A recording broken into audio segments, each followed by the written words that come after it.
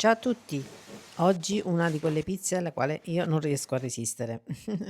La pizza doppia di scarole, saporita, ripiena, croccante fuori, insomma irresistibile.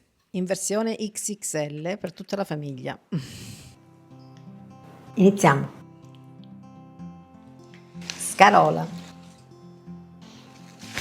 Allora la puliamo, la laviamo, la cuociamo. Tolgo foglia per foglia, la guardo bene se c'è qualche animaletto indiscreto, essendo di campagna è probabilissimo. Quindi la guardo foglia per foglia e poi la lavo sotto l'acqua.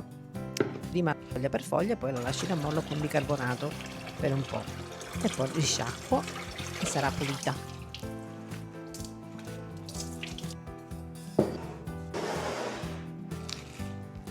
La taglio.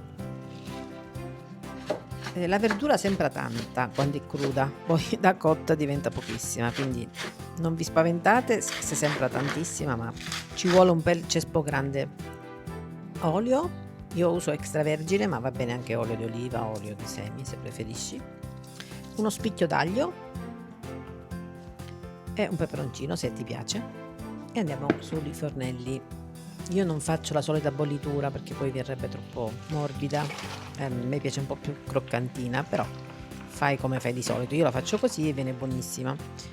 Quindi la metto direttamente nel soffritto, leggero leggero, come hai visto l'ho messa subito, un po' di sale e giro. Il sale farà uscire un po' dell'acqua che ha già la scarola e in più ne aggiungo un altro pochino per agevolare la cottura.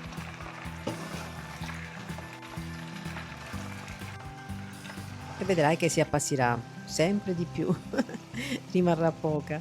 Tolgo l'aglio naturalmente e lascio che si asciughi quest'acqua. E solo ora che l'acqua non c'è più aggiungo le olive taggiasche. Sono buonissime queste. Ma puoi usare anche olive nere.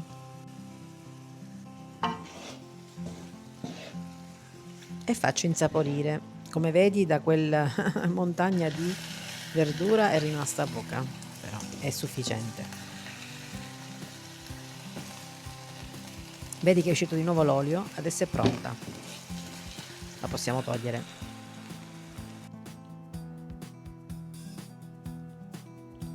Già così è un contorno buonissimo. Io lo faccio spesso e lo mangio così, devo dire la verità. È strabuona già.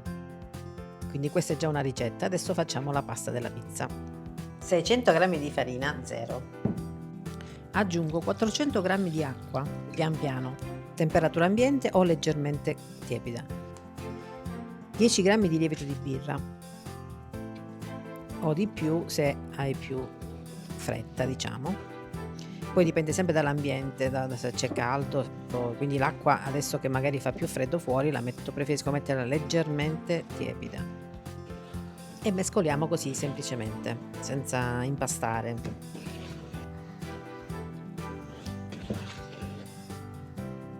Cucchiaino di zucchero.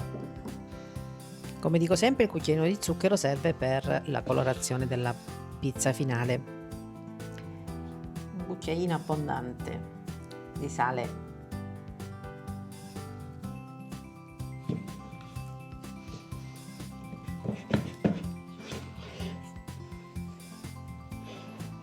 Faccio assorbire ed è per il momento pronta.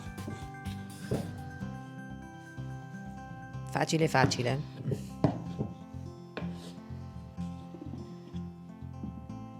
Lasciamo crescere per 30-40 minuti almeno, oppure anche di più, e poi facciamo le prime pieghe. A dopo. E cominciamo. Prendiamo dal basso e solleviamo in alto. Già con quel poco di crescita diventa molto più elastico. Solleviamo e lasciamo cadere.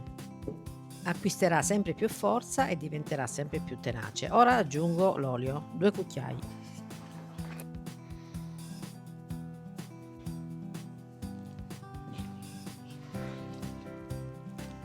E continuo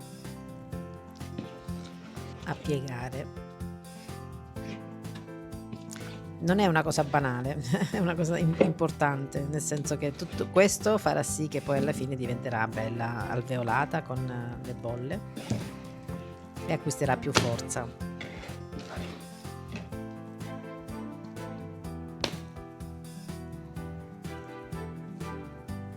Ora, siccome è tanta, anzi io ne ho fatto di più rispetto a quello che ti ho detto nella ricetta. Tu fai 600 grammi di farina e 400 di acqua.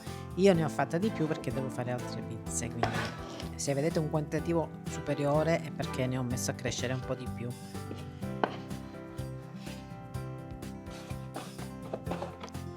Diamo un'ultima piega.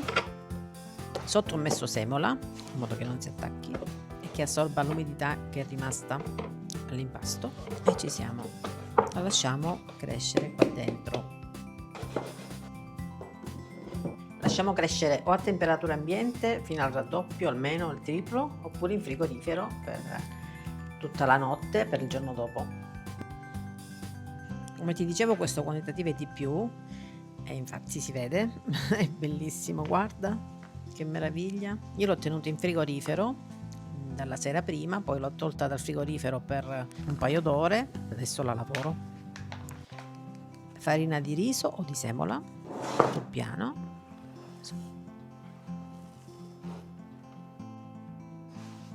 Io ne ho tolto un pezzo da questa, quindi adesso risulta l'impasto originale che vi ho detto. Divido a metà e ottengo due panetti, uno leggermente più grande, quello di sotto, e l'altro, vedi che meraviglia, non va assolutamente lavorata, deve rimanere l'aria all'interno. Copro e lascio rilassare, lievitare per un'altra 40 minuti, 30-40 minuti. Ecco, vedi? Adesso si può stendere facilmente. Il segreto della stesura a mano è proprio questo, far riposare i panetti una volta fatti. In questo modo non è tenace, quindi non ritorna indietro l'impasto, ma si stenderà facilmente, come vedi. Si creeranno le bolle all'interno e questo farà sì che poi alla fine sarà quell'impasto bellissimo e leggero. Mozzarella per pizza oppure provola. La meravigliosa scarola ripassata, fredda, che vi consiglio, come vi ho detto prima, di farla e mangiarla così come contorno, è buonissima. E qualche filetto di acciuga sott'olio. Questa è leggermente piccante, ma vanno benissimo quelle normali. Essendo calabresi, il piccante io lo metto quasi ovunque. Mozzarella per pizza o provola sopra.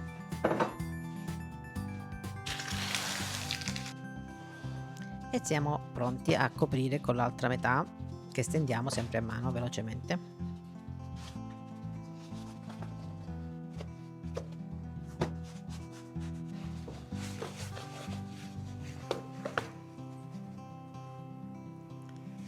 E vado a coprire.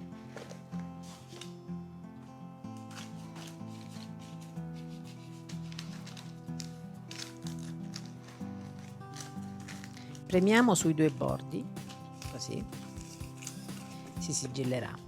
Senza teglia, senza niente, la lasciamo sulla carta forno. Io ce l'ho, ma preferisco così rimane più rustica. Faccio qualche foro con il coltello, in modo che esca l'umidità della verdura. Lo metto sulla grata del forno. Come vedi ci va perfettamente, quindi qualsiasi forno di casa va benissimo. E in forno a 200 gradi ventilato o statico, io ho ventilato per 20-25 minuti circa. A dopo. Io l'ho messa sul primo ripiano, bellissima, rustica, buona, si vede la bontà già da così, nella sua semplicità. Io di solito così faccio la pitta, cioè col buco al centro, è la stessa cosa più o meno. Ti lascio sotto in descrizione nel primo commento tutti i riferimenti delle focacce, pitte simili a questa, anche con i broccoletti e salsiccia, anche con i salumi tipici calabresi, eccetera eccetera eccetera. Ed ora con un coltellino piccolo la taglio.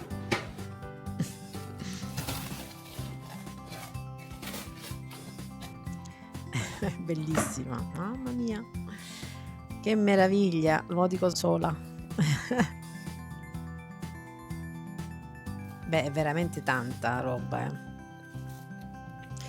Poi immaginate il sapore perché è proprio saporita, essendoci le olive, essendoci le acciughe, la verdura, formaggio, salivazione come al solito, tanta.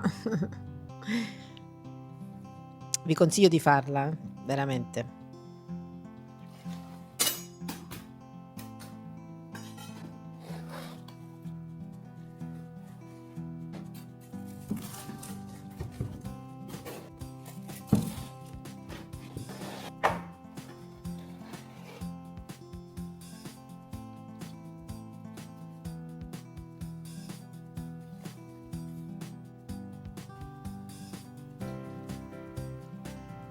È buonissima, ma si capisce, non c'è bisogno che ve lo dico io. Io continuo a mangiare perché mi piace calda. Vi ringrazio per essere arrivati a fine video e alla prossima. Un abbraccio. Ciao ciao. La lascio? Non credo. Baci.